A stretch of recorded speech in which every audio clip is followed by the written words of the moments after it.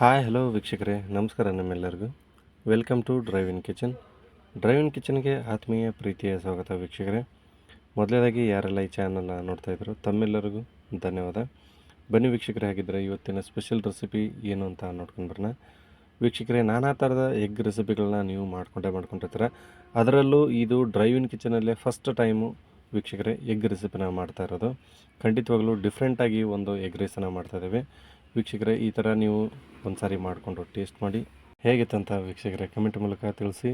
ಮರಿಬೇಡಿ, ಒಂದು ಸಾರಿ ನೀವು ಕೂಡ ಈ ಥರ ಪ್ಲೇನಾಗಿ ಒಂದು ಸಾರಿ ಸಿಂಪಲ್ಲಾಗಿ ಎಗ್ ರೈಸನ್ನು ಮಾಡಿಕೊಂಡು ಟೇಸ್ಟ್ ಮಾಡಿ.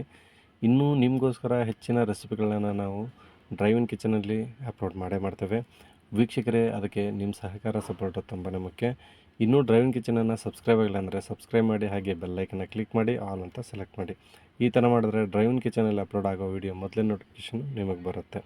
ನಾನಿಲ್ಲಿ ಸ್ವಲ್ಪ ಗ್ರೀನ್ ಚಿಲ್ಲಿ ಪೇಸ್ಟು ಹಾಗೆ ಹಸಿ ಶುಂಠಿ ಬೆಳ್ಳುಳ್ಳಿ ಪೇಸ್ಟನ್ನು ತೊಗೊಂಡಿದ್ದೀನಿ, ಒಂದು 1/2 ಟೇಬಲ್ ಸ್ಪೂನ್ ಆಗೋಷ್ಟು. ಒಂದು ಈರುಳ್ಳಿ ವೀಕ್ಷಕರು ಈ ಥರ ಚಿಕ್ಕದಾಗಿ ಕಟ್ ಮಾಡಿ ಇಟ್ಕೊಂಡಿದ್ದೇನೆ. ಸ್ವಲ್ಪ ಕೊತ್ತಂಬರಿ, ಇಷ್ಟ ಆದರೆ ಸಾಕಾಗುತ್ತೆ. ಒಂದು 4 ಎಗ್ಗನ್ನು ವೀಕ್ಷಕರೇ ನಾನು ಒಡೆದು ಸ್ವಲ್ಪ ಒಂದು ಬೌಲಲ್ಲಿ ಇಟ್ಕೊಂಡಿದ್ದೇನೆ. ಇಷ್ಟ ಆದರೆ ಸಾಕಾಗುತ್ತೆ, ನಿಮಗೆ ಬೇಕಾದರೆ ಜಾಸ್ತಿನೇ ಹಾಕ್ಕೋಬೋದು. ಹಾಗೆ ನಾನು ಇಲ್ಲಿ 2 ಜನಕ್ಕೆ 3 ಜನಕ್ಕೆ ಆಗೋಷ್ಟು ಮಾಡ್ತಾಯಿದ್ದೇನೆ ವೀಕ್ಷಕರೇ. ನಾನು ರೈಸನ್ನು ಮೊದಲೇ ಮಾಡಿಟ್ಕೊಂಡು ಆರೋದಕ್ಕೆ ಇಟ್ಕೊಂಡಿದ್ದೇನೆ. ನೀವು ಕೂಡ ಅಷ್ಟೇ ಎಗ್ ರೈಸ್ ಮಾಡುವಾಗ ಸ್ವಲ್ಪ ರೈಸನ್ನು ಮೊದಲೇ ಮಾಡಿಕೊಂಡು ಆರೋದಕ್ಕೆ ಇಡಿ. ಈಗ ಒಂದು ಪ್ಯಾನ್ಗೆ ಸರಿಯಾಗಿ 1 ರಿಂದ 1.5 ಚಮಚ ಆಗೋಷ್ಟು ಎಣ್ಣೆನ ಹಾಕ್ಕೊಳ್ತಾ ಇದ್ದೀನಿ ವೀಕ್ಷಕರೇ. ಸ್ವಲ್ಪ ನೀವು ಎಣ್ಣೆ ಜಾಸ್ತಿನೇ ಹಾಕ್ಕೊಂಡು ಮಾಡ್ಕೊಳ್ಳಿ, ಒಳ್ಳೆ ಟೇಸ್ಟ್, ಒಳ್ಳೆ ರುಚಿ ಬರುತ್ತೆ. ಹಾಗೆ ಒಂದು ಈರುಳ್ಳಿನ ಸ್ವಲ್ಪ ಚಿಕ್ಕದಾಗಿ ಕಟ್ ಮಾಡಿ ಇಟ್ಕೊಂಡಿದ್ದೆ, ಅದು ಕೂಡ ಆ್ಯಡ್ ಮಾಡ್ಕೊಂಡಿದ್ದೀನಿ. ಇದನ್ನು ಲೈಟಾಗಿ ಒಂದು 50% ನಾವು ಎಣ್ಣೆಯಲ್ಲಿ ಫ್ರೈ ಮಾಡ್ಕೊಳ್ಳೋಣ ವೀಕ್ಷಕರೇ, ಅಂದ್ರೇ ಒಳ್ಳೆ ಟೇಸ್ಟ್ ಬರುತ್ತೆ. ನೋಡಿ, ಸ್ವಲ್ಪ ಇಷ್ಟ ಆದರೆ ಸಾಕಾಗುತ್ತೆ. ಈಗ ಒಂದು 1/2 ಟೇಬಲ್ ಸ್ಪೂನ್ ಆಗೋಷ್ಟು ಹಸಿ ಶುಂಠಿ ಬೆಳ್ಳುಳ್ಳಿ ಪೇಸ್ಟು ಹಾಗೆ ಗ್ರೀನ್ ಚಿಲ್ಲಿ ಪೇಸ್ಟನ್ನು ತೊಗೊಂಡಿದ್ದೀನಿ ವೀಕ್ಷಕರೇ. 2 ಟೇಬಲ್ ಸ್ಪೂನ್ ಆಗೋಷ್ಟು ಹಾಕ್ಕೊಳ್ತಾ ಇದ್ದೀನಿ. ಇದನ್ನು ನೀವು ಖಾರದ ಪುಡಿನ ಹಾಕ್ಕೊಂಡು ಮಾಡ್ಬೋದು, ಅದರಲ್ಲೂ ಒಂದು ಸ್ವಲ್ಪ ಡಿಫ್ರೆಂಟ್ ಟೇಸ್ಟ್ ಬರುತ್ತೆ. ಈ ಥರ ನೀವು ಹಸಿ ಶುಂಠಿ ಬೆಳ್ಳುಳ್ಳಿ ಪೇಸ್ಟು ಮತ್ತು ಈ ಹಸಿ ಖಾರದ ಪೇಸ್ಟನ್ನು ಹಾಕಿ ಮಾಡಿಕೊಂಡ್ರೆ ವೀಕ್ಷಕರೇ, ಈ ಥರ ಎಣ್ಣೆಯಲ್ಲಿ ಚೆನ್ನಾಗಿ ಫ್ರೈ ಮಾಡ್ಕೊಳ್ಳಿ, ಒಳ್ಳೆ ಟೇಸ್ಟ್ ಬರುತ್ತಿರುತ್ತೆ. ಯಾಕಂದರೆ ಎಣ್ಣೆಯಲ್ಲಿ ಫ್ರೈ ಆದ್ರೇ ವೀಕ್ಷಕರೇ ಒಳ್ಳೆ ಟೇಸ್ಟ್ ಬರೋಕ್ಕೆ ಸಾಧ್ಯ.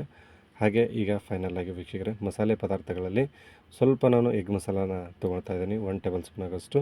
ಇದು ಧನಿಯಾ ಪೌಡರು, ಅದು ಕೂಡ 1 ಟೇಬಲ್ ಸ್ಪೂನ್ ಆಗೋಷ್ಟು ವೀಕ್ಷಕರೇ. ಈಗ ಇದನ್ನು ಕೂಡ ನಾವು ಎಣ್ಣೆಯಲ್ಲಿ ಚೆನ್ನಾಗಿ ಸ್ವಲ್ಪ ಫ್ರೈ ಮಾಡ್ಕೋಬೇಕು, ಒಳ್ಳೆ ಘಮ ಬರ್ತಿರುತ್ತೆ ವೀಕ್ಷಕರೇ. ಖಂಡಿತವಾಗಲೂ ನೀವು ಕೂಡ ಮಾಡುವಾಗ ಇದರ ಪರಿಮಳ ಪಡ್ಕೋಬೋದು.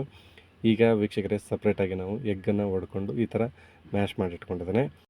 ಈಗ ಅದನ್ನು ಈ ಥರ ಆ್ಯಡ್ ಮಾಡ್ಕೊಳ್ಳಿ. ತುಂಬ ಸಿಂಪಲ್ಲು, ತುಂಬ ಸುಲಭವಾಗಿ ಇದನ್ನು ಮಾಡ್ಕೋಬೋದು.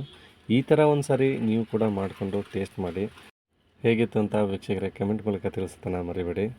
ತುಂಬ ಸುಲಭ ನೋಡಿ, ಈ ಥರ ಆಗಿರಬೇಕು ವೀಕ್ಷಕರೇ. ಎಗ್ ಬುರ್ಜಿ ಥರ ಇದು ಮಸಾಲೆ ಮಾಡ್ಕೋಬೇಕು ಮೊದಲು, ತುಂಬ ಟೇಸ್ಟಿಯಾಗಿ ಒಳ್ಳೆ ರುಚಿ ಬರುತ್ತೆ. ನೀವು ಕೂಡ ಈ ಥರ ಮಾಡ್ಕೊಳ್ಳಿ, ಮಿಸ್ ಮಾಡಬೇಡಿ. ಈಗ ಫೈನಲಾಗಿ ವೀಕ್ಷಕರೇ ಇಷ್ಟು ಫ್ರೈ ಆದರೆ ಸಾಕು. ನಾವು ರೈಸನ್ನು ಮೊದಲೇ ಮಾಡಿಟ್ಕೊಂಡಿದ್ವಲ್ಲ, ಆ ರೈಸನ್ನು ನಾನಿಲ್ಲಿ ಆ್ಯಡ್ ಮಾಡ್ಕೊಳ್ತಾ ಇದ್ದೀನಿ.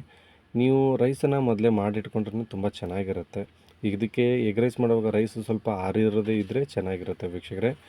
ಈಗ ರೈಸ್ ಹಾಕ್ಕೊಂಡ್ಮೇಲೆ 1 ಟೇಬಲ್ ಸ್ಪೂನ್ ಆಗೋಷ್ಟು ಧನಿಯಾ ಪುಡಿ ಮತ್ತು ಹಾಗೆ ಒಂದು ಅರ್ಧ ಟೇಬಲ್ ಸ್ಪೂನ್ ಆಗೋಷ್ಟು ಎಗ್ ಮಸಾಲನ ಹಾಕ್ಕೊಳ್ತಾ ಇದ್ದೀನಿ. ರುಚಿಗೆ ತಕ್ಕಷ್ಟು ಉಪ್ಪು ನಾನಿಲ್ಲಿ ಒಂದು 3/4 ಟೇಬಲ್ ಸ್ಪೂನ್ ಆಗೋಷ್ಟು ಹಾಕ್ಕೊಳ್ತಾ ಇದ್ದೀನಿ. 1 ಟೇಬಲ್ ಸ್ಪೂನ್ ಆಗೋಷ್ಟು ವೀಕ್ಷಕರೇ ಸೋಯಾ ಸಾಸು ನೀವು ಇದ್ದರೆ ಹಾಕಿ, ಇಲ್ಲಾಂದರೆ ತೊಂದರೆ ಇಲ್ಲ. ಹಾಗೆ ವೆನಿಗರ್, ಅದು ಕೂಡ 1 ಟೇಬಲ್ ಸ್ಪೂನ್ ಆಗೋಷ್ಟು ವೀಕ್ಷಕರೇ. ಸ್ವಲ್ಪ ಕೊನೆಯದಾಗಿ ಕೊತ್ತಂಬರಿನ ಹಾಕ್ಕೊಳ್ಳಿ. ಫೈನಲಾಗಿ ನೀವು ಈ ಥರ ರೈಸ್ ಮೇಲೆ ಸ್ವಲ್ಪ ಮಸಾಲೆ ಮತ್ತು ಕೊತ್ತಂಬರಿ, ರುಚಿಗೆ ತಕ್ಕಷ್ಟು ಉಪ್ಪು ಹಾಕ್ಕೊಂಡ್ರೆ ವೀಕ್ಷಕರೇ ಎಗ್ ರೈಸ್ಗೆ ಒಳ್ಳೆ ಟೇಸ್ಟ್ ಬರೋಕ್ಕೆ ಸಾಧ್ಯ. ನೀವೆಲ್ಲ ಮೊದಲೇ ಮಸಾಲೆನ ಒಗ್ಗರಣೆಯಲ್ಲೇ ಹಾಕ್ಕೊಂಡು ಫ್ರೈ ಮಾಡಿದ್ರೆ ಅದು ಕೂಡ ಟೇಸ್ಟ್ ಬರುತ್ತೆ.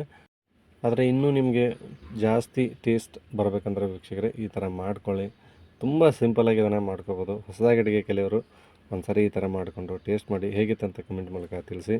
ಬನ್ನಿ ವೀಕ್ಷಕರೇ, ಹಾಗಿದ್ದರೆ ನಾವು ಈಗ ಇದನ್ನು ಒಂದು ಸಪ್ರೇಟಾಗಿ ಒಂದು ಪ್ಲೇಟಿಗೆ ಹಾಕ್ಕೊಂಡು ಟೇಸ್ಟ್ ಮಾಡೋಣ, ಹೇಗಿತ್ತಂತ ನೋಡೋಣ. ನೋಡಿ ವೀಕ್ಷಕರೇ, ನೋಡೋದಕ್ಕೆ ತುಂಬಾ ಚೆನ್ನಾಗಿ ಕಾಣಿಸ್ತದೆ. ಖಂಡಿತವಾಗ್ಲೂ ಇದು ಅಷ್ಟೇ ಸ್ಪೈಸಿಯಾಗಿ ಅಷ್ಟೇ ಟೇಸ್ಟಿಯಾಗಿದೆ.